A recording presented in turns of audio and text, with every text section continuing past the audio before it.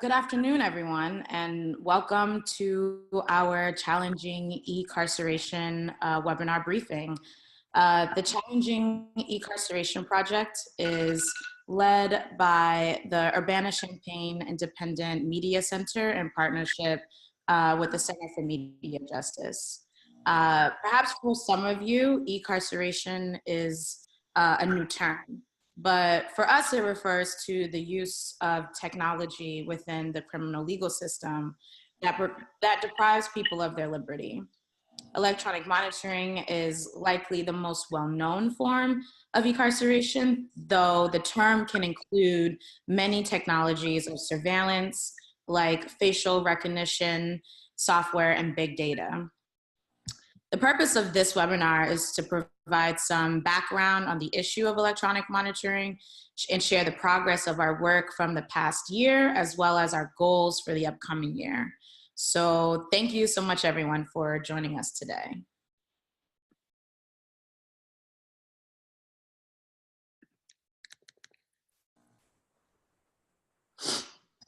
My name is Maisha Hayes, and I'm the National Organizer on Criminal Justice and Technology at the Center for Media Justice.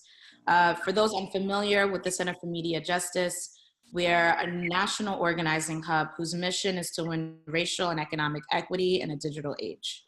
We're the host of the nation's largest racial justice network for media, technology, and culture change, known as the Media Action Grassroots Network.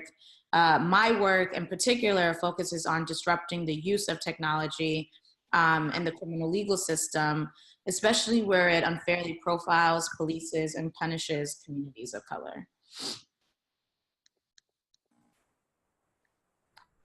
I'm joined by our campaign partner, James Kilgore. James is an activist, writer, and researcher based in Urbana, Illinois. James has written widely on mass incarceration and is the author of 5 books, including Understanding Mass Incarceration, A People's Guide to the Key Civil Rights Struggle of Our Time, and 4 novels drafted during his 6 years in prison. James received a 2017 Soros Justice Advocacy Fellowship to develop the Challenging E-Carceration project. He leads our research work on the use of electronic monitoring in the criminal legal system and beyond. He has 2 sons, aged 24 and 28. We are also joined by Emmett Sanders, our researcher for the Challenging E-Carceration project. Emmett spent 3 months on a monitor after serving over 22 years in Illinois state prisons. In addition to being a full-time student, he's the author of Full Human Beings, a report that argues for incarcerated voter enfranchisement.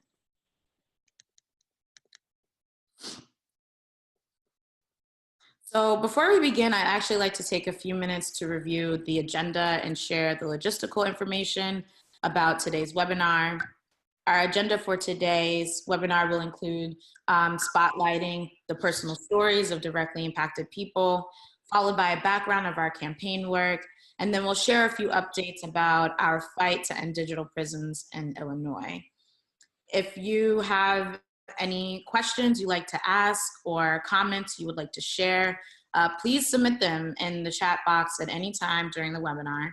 We'll hold questions and comments from our listeners until the very end of the presentation. Our webinar will be recorded and will be posted onto the Center for Media Justice's YouTube channel for future viewing. We also invite you to follow along and join the No Digital Prisons conversation on Twitter by sharing your thoughts and comments during and after today's webinar. And finally, we'll be conducting polls throughout the webinar so that we can engage with you as much as possible. You'll see a box appear on your screen and you'll have a few seconds to respond to the question. So with that in mind, I'd like to go ahead and try our first poll. That poll question is, how familiar are you with the issue of electronic monitoring? Your answer choices are very familiar, somewhat familiar, not familiar at all. And I will give you a few seconds to fill out that question.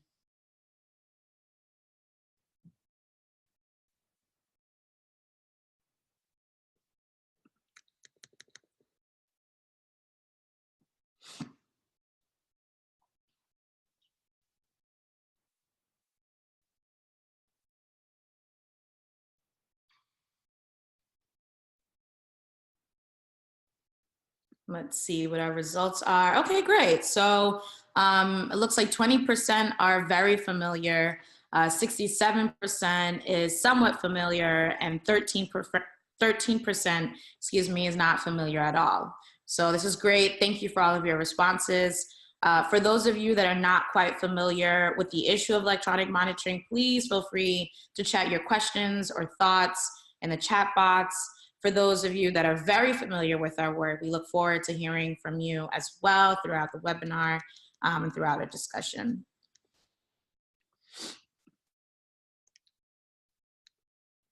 So at the Center for Media Justice, we strongly value and center the lived experiences of directly impacted people in our work. This is especially true for our Challenging E-Carceration project, which is shaped and informed by the lived experiences of directly impacted people who know firsthand the harm electronic monitoring can have in our communities. Given the personal experiences of people impacted by mass incarceration, we know that electronic monitors are used widely throughout the criminal legal system. We know that our system of monetary bail not only punishes people who cannot afford their bail, but also forces those to choose between jail or home confinement via electronic monitoring. Formerly incarcerated people released from prison also live on electronic monitors as a condition of their parole. Youth involved with the criminal legal system are attending school with these devices wrapped around their ankles. Meanwhile, immigrants awaiting their deportation proceedings are also living on these devices. The lived experiences of people impacted by mass incarceration not only show us that the net is widening for these devices, but that these devices disproportionately impact people of color. We would like to spend the next few minutes spotlighting a few personal testimonies that demonstrate how electronic monitors are ushering a new wave of digital prisons. I'm gonna pass this along to our campaign partner, Emmett, to get this next session started with his own personal experience. Thanks, Maya. Hi, everyone. So when I first met James, I was actually wearing the ankle monitor myself. I had just been released from prison after about 22 and a half years and was just trying to put my life together. And like anybody else who spent more than half their life, looking out of a concrete box, I would have just agreed to just about anything to get out. But I didn't realize how big a deal electronic monitoring was and how much it would actually impact my life. Some of the things that would happen when I got out is that I was trying to find employment, but I couldn't do follow-up interviews because I couldn't get movement approved from my parole officer. I lived 22 years there waiting for the moment when I could spend time with my family, only to find out that my interactions were severely limited. My ability to actually interact with them and to meet and engage with them were severely limited because of a lack of movement. I lived in constant fear of missing a bus or a car breaking down and being sent back to prison simply for a technical violation. The biggest crisis moment for me happened about 5 days in, when I had to face a really tough decision. I was required to register on the violent offender registry within 5 days of my release, but I couldn't get a hold of my parole officer to do so. And so I had this thing strapped to my ankle and couldn't leave, even though I was required by law to actually do this. And so I had to face I had this moment where I had to actually decide, do I risk catching a new felony, or do I risk going back to prison on a technical violation because I'm moving without the approval of my parole officer? And this really opened my eyes to what electronic monitoring actually means, because we think of it as this kind of general alternative, and it's really not. It's a direct pathway for people to go back to prison, amongst other things. So this experience is what really led me to become involved with this campaign in particular. And since I have become involved with this campaign, since I've been doing the research, I've had a chance to really talk with people who, like myself, have experienced electronic monitoring and what it really means. And one of the things that I've really discovered is that almost everyone we've talked to has had that same moment of crisis, that moment where they had to decide, do I risk going back to prison? Do I follow these rules and not make myself available for my mother who needs emergency medical treatment? Do I follow these rules and not register like other people are required to do, and face catching a new felony or multiple years in prison? What is the decision that I have to make here? And so there are a number of ways that electronic monitoring forces you to make decisions that aren't really decisions at all, and really deny people a chance not only to put their lives together, but a chance to be human beings. And so thank you for listening to my own experience, and I'll hand this back to my agent here. Thank you. Yeah, no, thank you. I'm actually going to pass it off to James, who will spotlight some personal stories from Lavette Mays and a video that we wanted to share about how these devices are used on immigrants. So pass it off to James.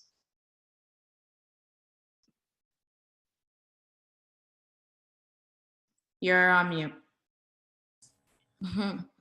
As Maisha has pointed out, we try to center the lived experience of people who have been on electronic monitors. So we're going to share with you the story of one of the partners that we've worked with from the Chicago Community Bond Fund, and that's Lavette Mays, who was on an electronic monitor for several months after spending about 14 months in Cook County Jail.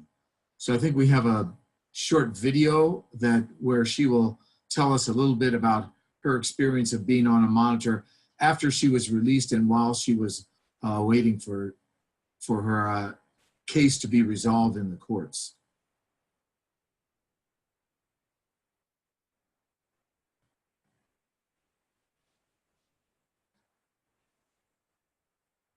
For your responses. Given that there are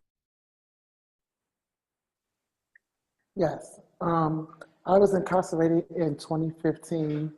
I was released from Cook County in 2016. Contingent on being incarcerated, I could sympathize with everything that he was just notating.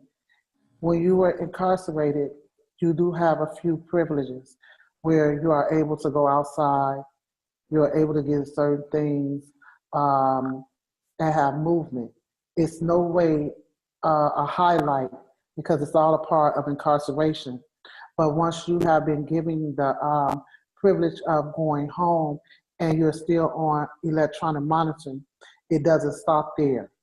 It continues to be a huge difference. It's always like the public would think that it is very easy and simple, that you're not impacted because when you go home, it's another part of you're the free people. You're not free when you're on electronic monitoring. I spent 5 months on electronic monitoring, and it made me take a plea deal simply because at the beginning of me being at home on trial, I came home and I had surgery. And during the contingent of surgery, I wasn't able to move. Even though I had a judge that gave me movement from 7 to 9, I was not able to move and just go to the doctor for a simple visit.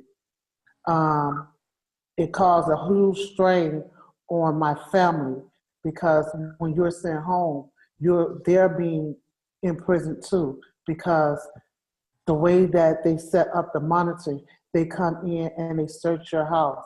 They look in your refrigerators. They do separate things. And this causes a strain on the people who you are living with. I couldn't do certain movements like just every day, maybe go outside. My mother lived in an old house and it was kind of big. My room was like on the east side of the house. And things just for me to move through her house, like go in the basement to simply wash, go in the kitchen, is too far. My monitor will go off and it will ring back to the sheriff. These things took a huge thing. I had a son who has a disability. I was not able to just simply take him outside and let him just run and play. And without the monitor being able to stay or it will go off. just doing regular laundry chores, going to the laundromat or going anywhere. You had to get movement. It was a very horrible experience, and it took a huge toll, not just on me, the people who were standing by me, just not being able to go to court. I was told several times, because my court date may not have been placed to the sheriffs to let them know that I'm like, I have to go to court. I wouldn't have movement just to go to court. I'm like, I'm on an ankle monitor. I'm on my way to court. I would literally have to leave out the house and just go and attend court. So it took a huge toll. It doesn't allow you to work. You can't get housing. It's so many avenues that this hurts the person that is on electronic monitoring. And it's time that we put an end to how you're still being punished after you've been tried, your case has been over, or they feel that they can continue to do this and put you on electronic monitoring after you pay or posted your bond. This is how the system in Cook County continues to work. So I think Levette's case points out one of the main things that we're dealing with electronic monitoring at the moment, that is people being released pre-trial from jail on an electronic monitor. And as there's a struggle, a battle now to decarcerate, to reduce prison and jail populations, we at Challenging E-Carceration like to think about what happens to people when they're released. And you can hear from the story of Levette that it created huge hardships for her, both in her daily life. It created difficult situations for her family. And most importantly, perhaps, it served the exact same function as jail. That is, it pressured her into taking a plea deal that she didn't want to take, simply to get off the monitor and to be able to go back to living a life without that electronic chain. So I think as we consider the struggle to decarcerate, and as we look at different counties across the country looking at ways to decarcerate, we need to make sure that we don't take people out of cells in the jail and put them into cells in their own home. So while the pretrial electronic monitoring is a major area where the use of these devices is expanding, the other area that we've seen it growing even faster is in the area of immigration. The flood of immigrants that are coming into the US right now, who are being dealt with in all kinds of harsh ways by the policies of Trump, a lot of them are just being put on an electronic monitor. So we have a little bit of testimony right now from one of the people who was put on a monitor when he crossed the border and what that was like for him. Al menos para mí es humillante andarlo. Realmente, cabalmente, unos presos con arresto domiciliar.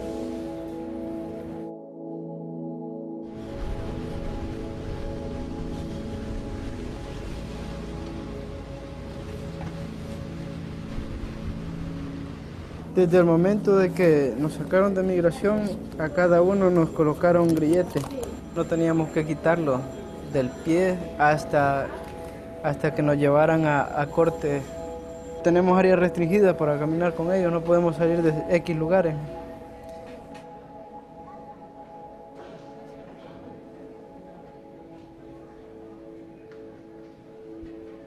De la cifra de muertos que hay allá a diario, el promedio es entre unos 15 a 25 personas muertas. Homicidio. Que las autoridades no lo reportan es otro. Pues realmente yo me vine por un futuro para mis hijos, porque sí tengo 5 hijos. Para nosotros a veces es algo humillante. Es algo humillante que solo por entrar a otro país, buscando otra oportunidad, nos toque andar cargando con esto, mientras que pues bien sabemos que muchos de los países de nosotros pueden entrar con libertad y no hay discriminación por eso. Es un cargador.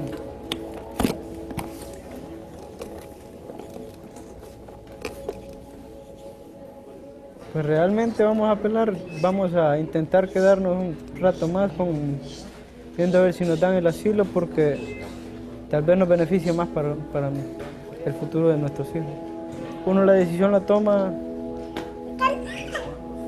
como única opción y como la última opción.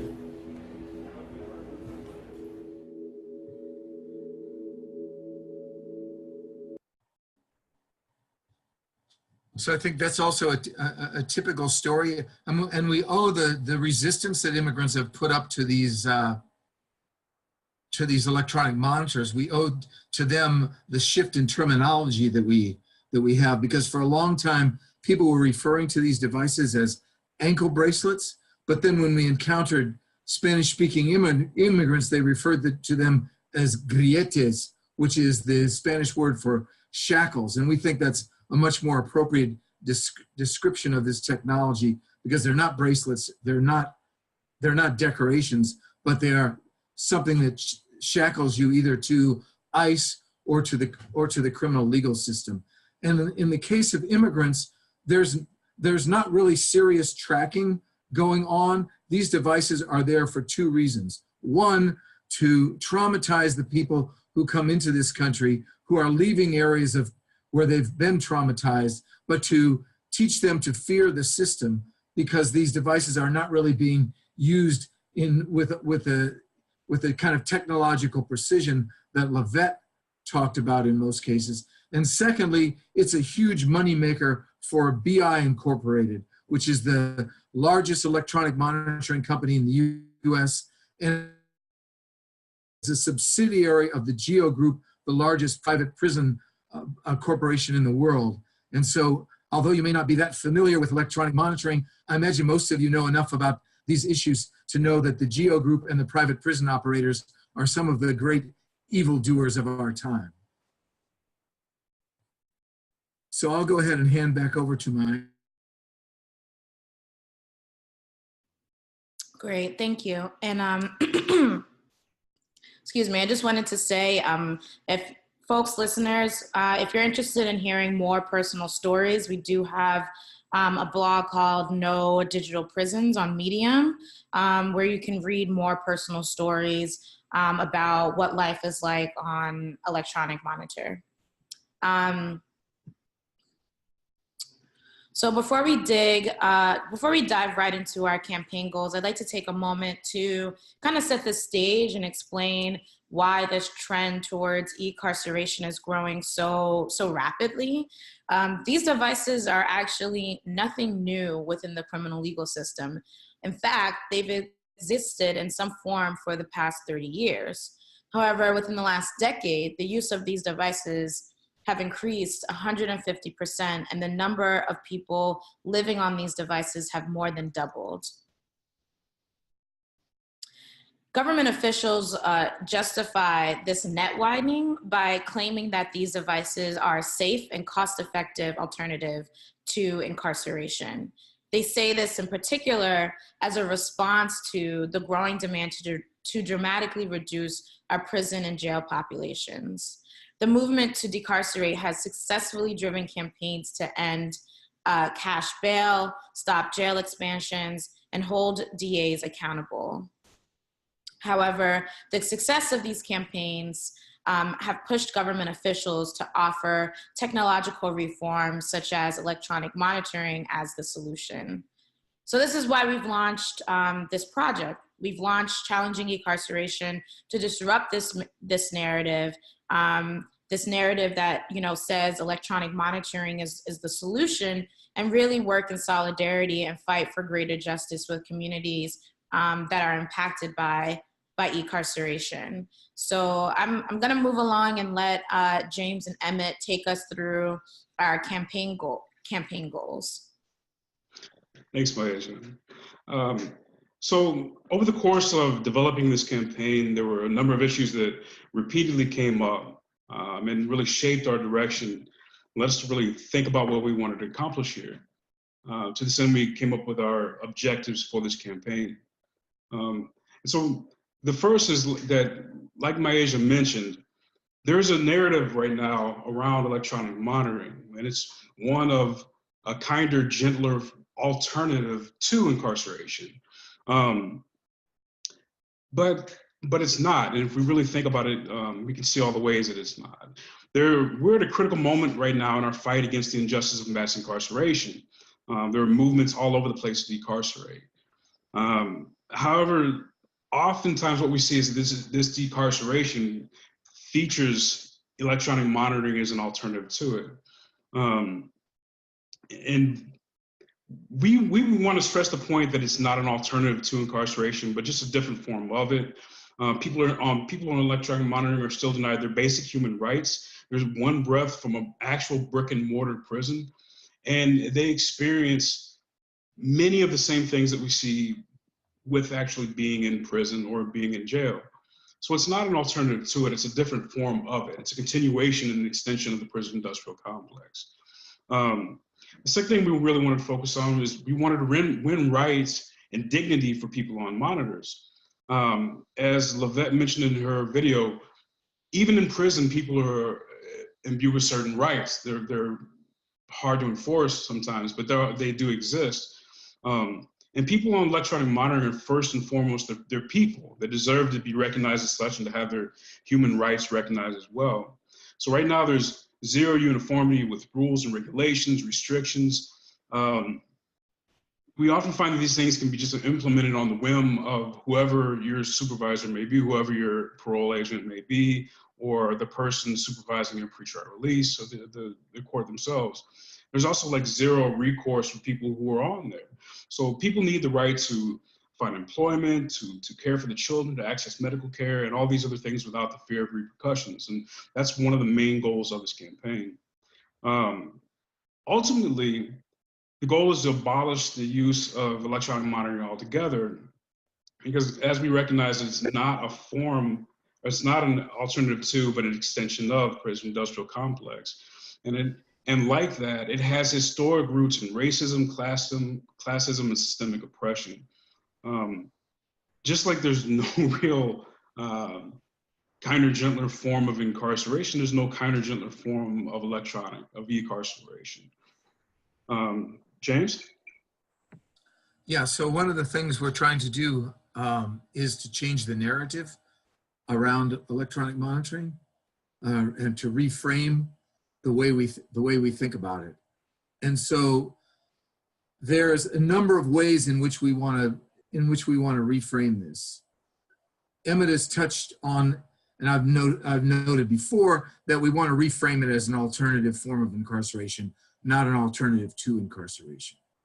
We also want to establish the idea that people who are on electronic monitors should have rights and entitlements. And we think some of those rights should be freedom of movement. They should be able to access medical care, to participate in religious activities, and to become part of their family and community. But we think there's other things that are maybe a little bit more complicated in terms of how we frame the narrative around this. So one of the things is that what's new about electronic monitoring is the technology, not the monitoring. So if we go back to the history of the United States, as a settler colonial society, we see that the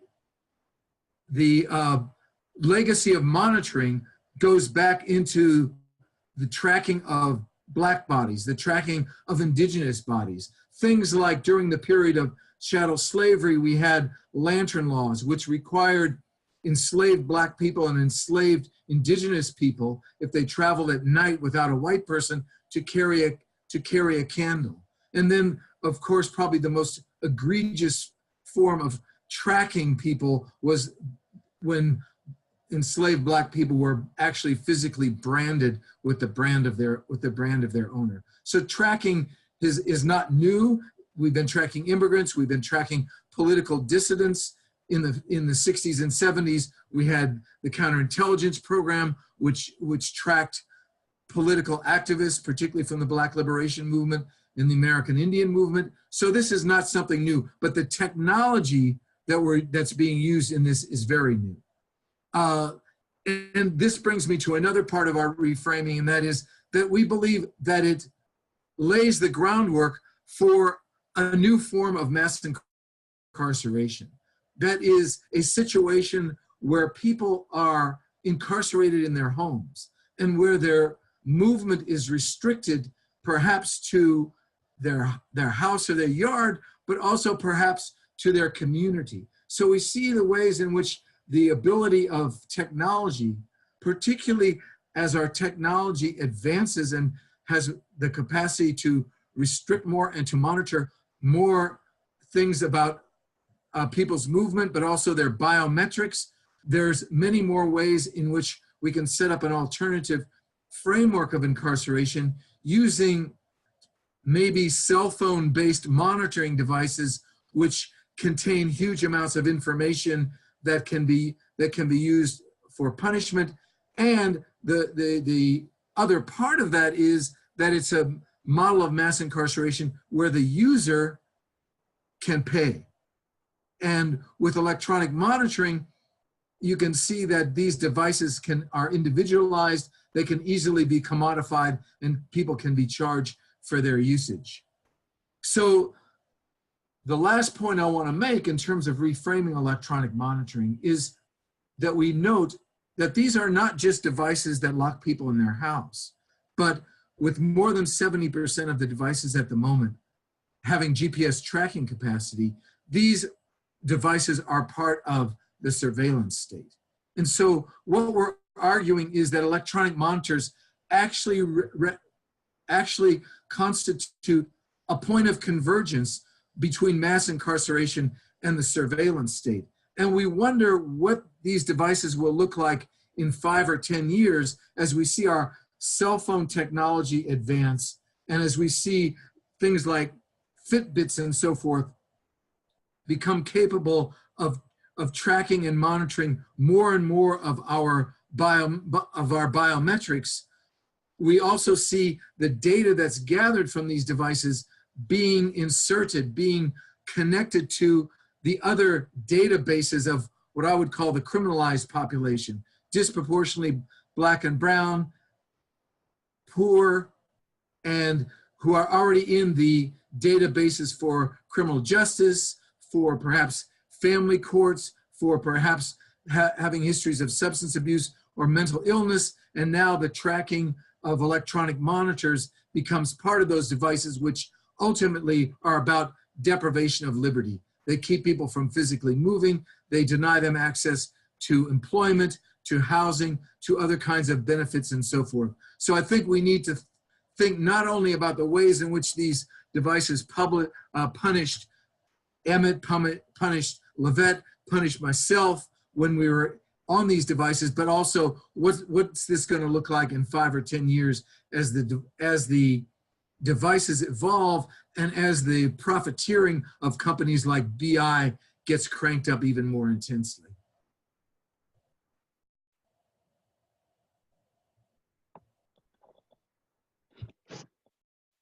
Thanks, James. So to this end, we compile a sort of Bill of Rights for people on electronic monitoring. There were 10 key measures for reducing the harm that electronic monitoring does. And you can find all 10 of them on the, if you follow the link below there. But just to focus on a few right now, some of the key measures for harm reduction. One, we want to ensure that people's rights and opportunities are there, right? So the ability to access employment, for example, to take care of their families, their children, and themselves, to access medical life, and to actually maintain a life that's sort of free from the reprisal of those who sort of hold authority over you due to the electronic monitor. Can actually happen like that. So we want to make sure that we curtail the net widening that James mentioned. One of the big areas that we see, obviously, is immigration. It's become huge. At any given time, there are thousands of people across the country on electronic monitoring on any given day. And make no mistake that these companies that produce this and the people who put this forward are always looking for ways to sort of expand their revenues, sort of expand the people that they're able to commodify to sort of fund their own coffers, right? Three, we want to get rid of the financial burdens placed upon people who are on electronic monitoring. Like James mentioned, the thing that's often presented in terms of electronic monitoring as a selling point is that it reduces the cost on the state. But that cost is just transferred to the individual who has much less resources and much less means of actually paying this stuff. So we see things such as lifetime monitoring, where people incur a lifetime fees. And so it's a fee that they'll never be done paying. You know, some of these costs can range from $5 to $35 a day, for example. And we also want to regulate the tracking data. There are over 70% of electronic monitoring devices have GPS capability, which means that there's all sorts of information that is collected and no regulation as to what actually happens with this data. Some companies hold the data up to 7 years, for example, and things like biometrics or gather all kinds of information that we have no idea what's happening with. Thank you, James.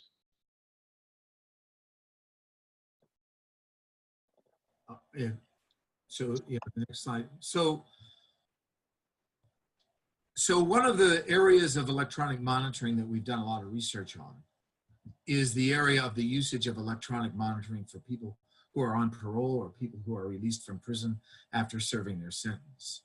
And we produced a report earlier this year called No More Shackles: Why We Must End the Use of Electronic Monitors for People on Parole. And we believe that when people have finished their sentence, they should be free. They shouldn't be put on an electronic monitor. They shouldn't be incarcerated in their homes. So we're putting out a position to stop this practice because we believe electronic. So we had 6 pillars to our argument. One is that it's an extension of incarceration, that it greatly limits the freedom and potential success of people who are on parole or some kind of supervised release, because for people who know anything about so-called reentry, the first month or 2 is the key period when people have to either get themselves together or end up back where they came from. And the monitor is the big inhibitor of that. The third thing is the supporters of this have no significant body of evidence whatsoever that it does anything. Last month, I was in a workshop with people from about 25 jurisdictions from all around the country: public defenders, prosecutors, sheriffs, lawyers, policymakers. They were all using electronic monitoring, and I asked all of them, have any of you ever done a study of whether or not your program has any impact? None of them had. And I've surveyed this research. There is nothing out there. You can go on the Challenging E-Carceration .org website. There's a report there that's a survey of existing literature, but basically we're saying it does not exist. There is no body of evidence that shows this has a positive impact. Fourthly, it does not save money in the case of parole, because normally people would be paroled without this technology. When you add the monitor and the extra labor hours to supervise that, it costs the state more money. Fifth is the rules and regulations and legal frameworks lack consistency. As Emmett said before, it's at the whim of the parole agent, so there's no real predictability about what you can and can't do. And lastly, as I stressed before, it extends the reach of the surveillance state. And I mean, I'm sure people follow all the surveillance stuff that's going on now, from the Russian interference in the elections to Edward Snowden to all of these things. Do we need more technology that extends the reach of that surveillance state into the population of the formerly incarcerated? We say no. And the next slide. Great. So after we published the No More Shackles report, we had a lot of new attention on, the use of electronic monitoring as, an alternative to incarceration. We had a Twitter chat, we engaged people on calls, and shortly after all of this buzz, another big thing happens, which is Michelle Alexander released an op-ed in the New York Times entitled "The Newest Jim Crow." And in this op-ed, she describes how the latest criminal justice reforms includes the seeds to incarceration. She actually named that electronic monitoring as one of the latest technological tools included in several criminal justice reforms, which ultimately, as we know, threatens to shift the site of incarceration from prisons to our homes and our communities. This was a really big moment. This was really exciting for us and our project. Because not only did she cover, our issue area, but she also specifically referred to the No More Shackles report, which we encourage you all to read. It's on our website page at the Center for Media Justice.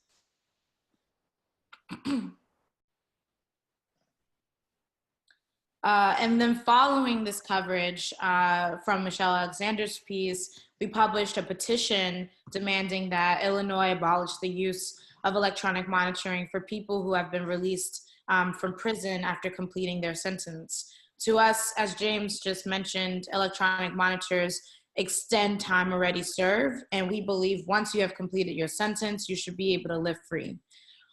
We quickly gained over 1,000 signatures for the petition, which is very exciting.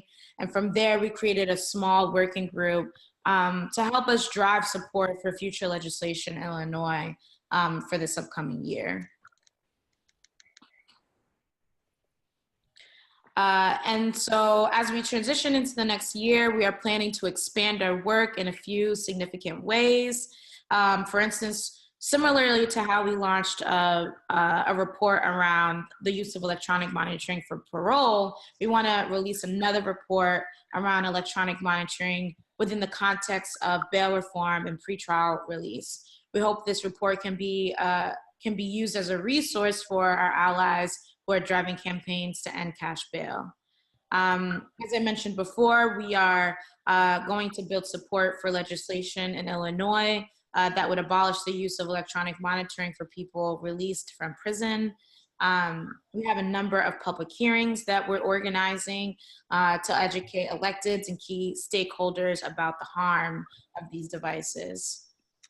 And furthermore, we also want to develop more working groups so that we can continue to drive and identify organizing opportunities that would really curtail or abolish the use in electronic monitoring. So the next areas that we're really interested in digging more deeply into is how electronic monitors are used on youth who are involved in the criminal legal system, and then of immigrants. So we've completed our presentation, and we have a great amount of time now to open it up for questions. So I'm going to take a minute to remind everyone who's listening, please type your questions in the chat box, and then we'll select them from there.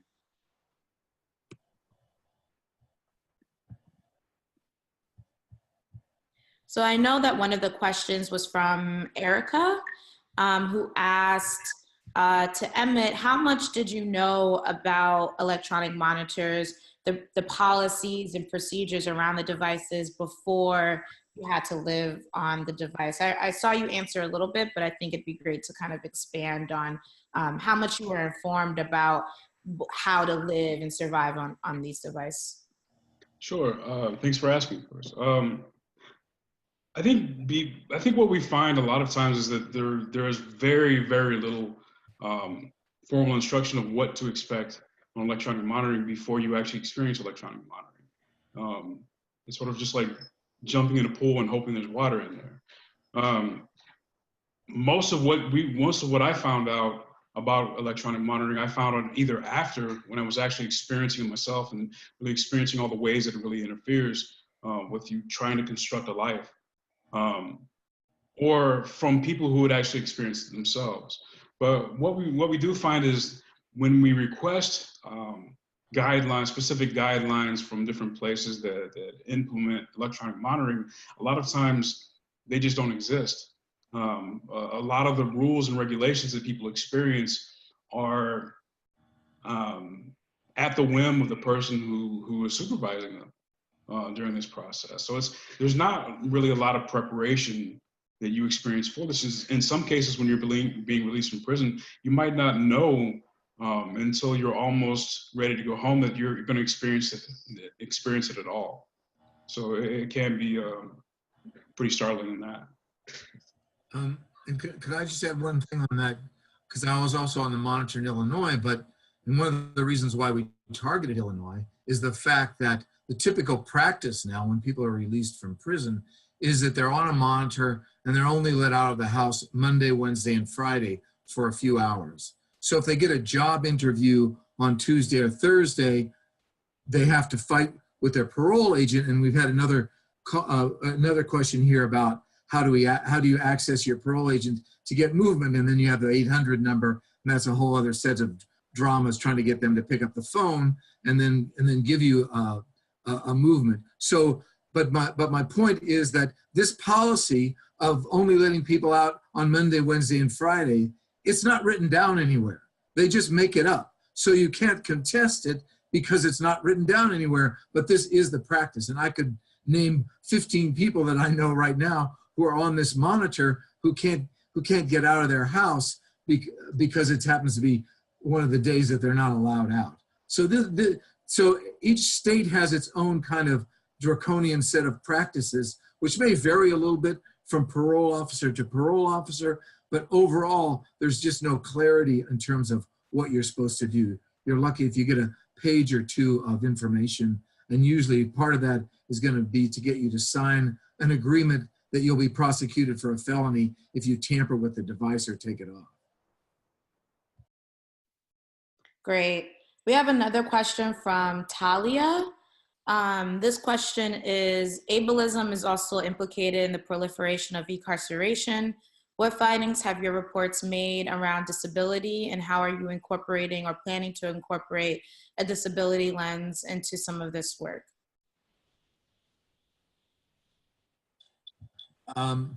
Well, I think we haven't addressed that issue sufficiently. We have looked somewhat at issues of people with mental illness, and we've had a number of people coming forward with stories of how difficult it is for people who have mental illnesses to follow the regiment of the electronic monitor, and to even answer phone calls and so forth from their parole agents. And I know, Talia, you deal specifically with with people who are deaf, and I think I haven't actually encountered that experience, but I'd really like to explore that a little bit more. I have tried to reach out a little bit to see if we can get some of the experiences of people who are who have various forms of disability that and the monitor. So we'd really like to dialogue with you a little bit more about that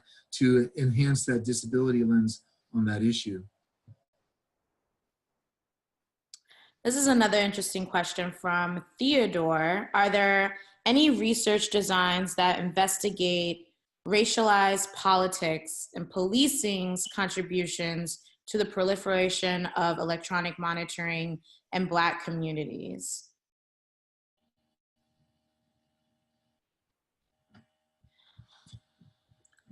I mean, one thing I will say, and this was kind of mentioned and touched on during either the campaign goals or the background of our work, we know that mass incarceration, surveillance, policing, and punishment impacts Black and brown and poor communities in a particular way.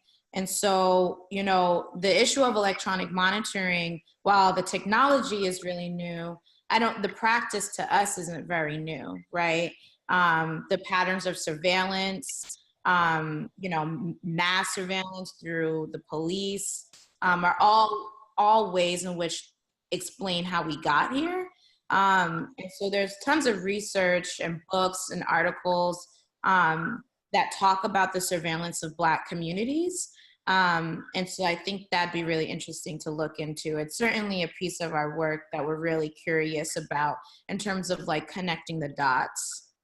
But I don't know if James or Emmett, you want to say something? We have tried, I mean, we've gathered a lot of data about electronic monitoring in various jurisdictions across the country. And we've attempted, for example, to get racial breakdowns from jurisdictions to see if we can figure out, you know, if we can prove with data what we already know is happening. What we know is that Black people and brown people, but particularly Black people, are being more frequently placed on electronic monitors. But there's only a few jurisdictions that even keep these statistics. And from our FOIA requests, most of them are telling us, oh, we don't have that data. Well, we know they have that data. They know who's on a monitor, and they sure break people down by racial categories, so they could give us that data. But to them, it's not even something that's on their radar. So I think this is one of the things in terms of the issue of electronic monitoring, where we have to think about, where does the evidence for the way this technology works, where does the evidence lie?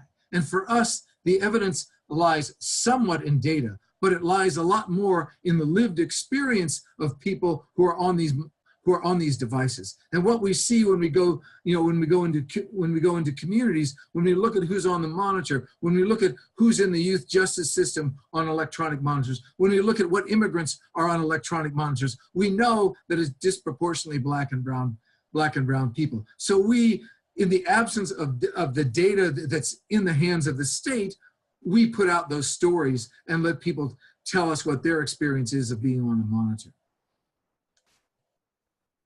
Great. Y'all have such great and interesting questions. I'm going to raise another question from Maggie. Their question is, as an academic who is interested in this issue, what kind of relationship does your campaign envision for partnering with, especially non-critically impacted researchers? What kind of data is needed, and what kinds of partnerships should be cultivated?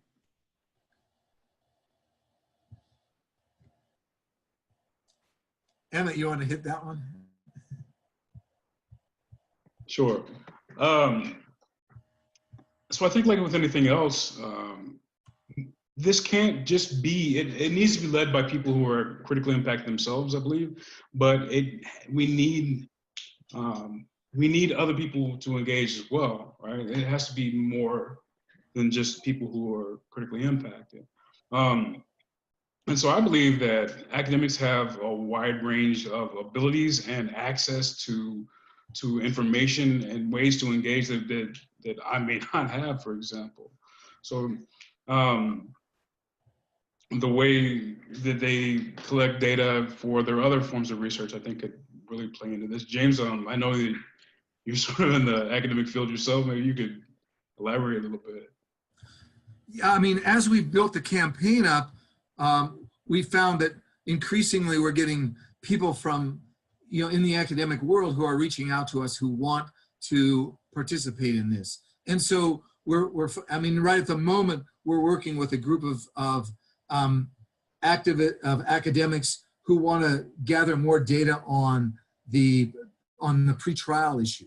And so we're putting together a proposal which is going to use the Freedom of Information Act to access information from a number of jurisdictions, cities and counties across the country that are facing the issue of developing a program of decarceration and using electronic monitoring in different ways. So we're really excited about this. So we have that group set up. We're also working with another group of people who want to look at the impact on immigration. And so we're gradually building, as Maisha mentioned earlier, some kind of working groups, which we hope will be able to produce not only data that can be accessed by people through various portals, but also we can produce data that will generate popular education and popular documents for people who are involved in struggles around these issues in their communities. So we're really excited about this because we're not a huge team here. We're not a huge think tank of with banks and banks of computers and people in front of them crunching numbers, or you can see our team. This is pretty much our team that's on the screen right now. So we really welcome ideas, you know, from outside, and then we want to try to navigate that terrain with people. And as Emmett has said, we want to put front and center the role and the experience of people who've been critically impacted, but there's a plenty of space to use the skills and access to resources that people in academic institutions have. So I think people have raised a lot of issues that would enable us to enhance our capacity through those kinds of partnerships. So y'all, you know, email us, text us, whatever afterwards, and let's build some more members onto our research team. Great, thank you for that. So our webinar, unfortunately, is coming to a close, so we're not gonna have enough time to get through all of the questions, but some of these questions can be kind of answered in our next few minutes. So I wanna, you know, encourage everyone to visit the Center for Media Justice online to view more of our campaign materials. There you will find fact sheets, guidelines, and the NoMoreShackles Report. There is also a Challenging E-Carceration website managed by James, which has a lot of updates and backgrounds on what is happening in various places on electronic monitoring. We also have a listserv, which I haven't mentioned. So that's another great place to get updates and more information about our work. And then I want to spend a few minutes talking about how you can support our work, because I hear a lot of questions about how can we get plugged in, how are we, you know, addressing different areas. And it's really, you know, we welcome a lot of support. We welcome people to be involved in our work. As James mentioned, this is our team. This is us. And so we have an ambitious goal. Curtailing and abolishing the use of electronic monitoring in certain places is ambitious. And so we would love your support and your engagement in our work. And here are just a few ways in which you can support that. So for instance, if you're based in Illinois, or you have colleagues or allies that are based in Illinois, please share them our NoDigitalPrisons Petition. When you sign it, we will follow up with folks who are specifically in Illinois to participate in the public hearings. Another way you can support our work is by making a donation to support our work, to really help us expand our work. Third, if you or a loved one has been impacted by electronic monitoring, please share your story with us. We would love to feature your voice and your experience in our No Digital Prisons blog.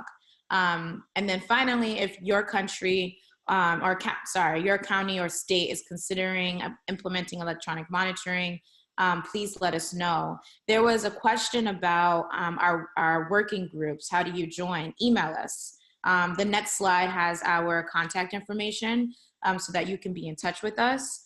So if you want to, you know, join our working group on immigration and you want to really drive that with us, please email us. If you want to join our working group on youth, please email us so we can get that started. I heard some comments about how mass incarceration impacts people that are differently abled. That's certainly an issue that we want to, you know, tackle. Please help us in creating the space for that issue. We would really appreciate it. So yeah, this is our webinar. Thank you, you know, so much for attending with us today. As I mentioned before, a recording of this webinar will be posted onto the Center for Media Justice's YouTube page. And you have our contact information on the screen. You know, thank you again for joining, and please enjoy the rest of your week. Thank you so much. Thank you.